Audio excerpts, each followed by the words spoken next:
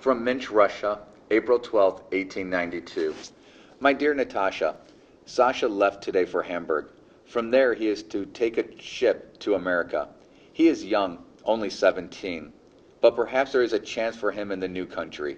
Here at home, Papa is sick and works very little these days. As you know, consumption has taken away his strength. I feel old and feeble myself at the age of 50. Sasha is our only remaining child. We felt that if he stayed, he would have no future. Yes, it was better that he was going. In the weeks before it was time for Sasha to leave, I busied myself trying to make his trip as comfortable as possible. I prepared jams, pickles, and other treats for him to carry, and I mended all of his clothes. Inside the lining of his overcoat, I sewed as much money as I thought would not be noticeable. Hopefully, he can fall back on this reserve should he fall prey to thieves or unscrupulous border guards. Today at the station, I kept my emotions intact until the train arrived. There, I completely lost control. As Sasha stopped to pick up his luggage and got on board, I threw my arms around him and sobbed hysterically. Nothing could make me let go. It broke my heart to see that Sasha was crying also. Finally, Papa stepped in to separate us from him. We stood beside the tracks and watched as the train disappeared from sight. Long after it was gone, we were still standing there.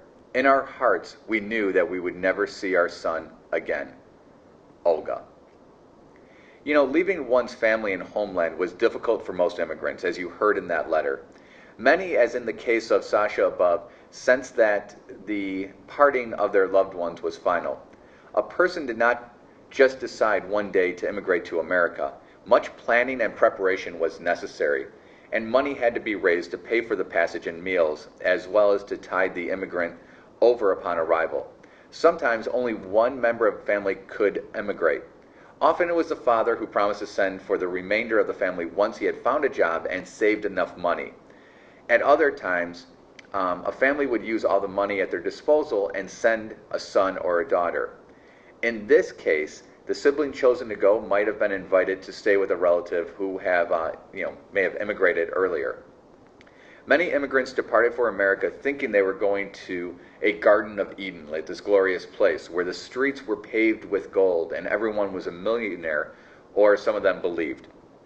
Although the life they found was usually much better than the one they had left behind, a rude awakening awaited those who had harbored exaggerated beliefs about what life in America would be. So here's your assignment today. You're going to create a video blog or a vlog using the TouchCast app on your iPad.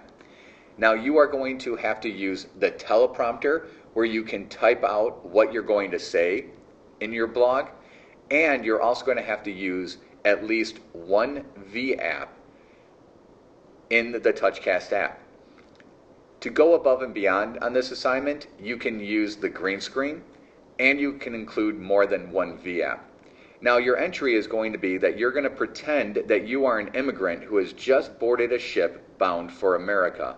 Write an entry in your journal describing your feelings at the moment the ship leaves port. So really you're showing empathy in the letter that you just heard, and you're using the details that I gave you afterwards to help create this journal. Really give me a sense of what it feels like to be on that ship and you're leaving. You can do some amazing things with the TouchCast app, including photos and maps and all kinds of things.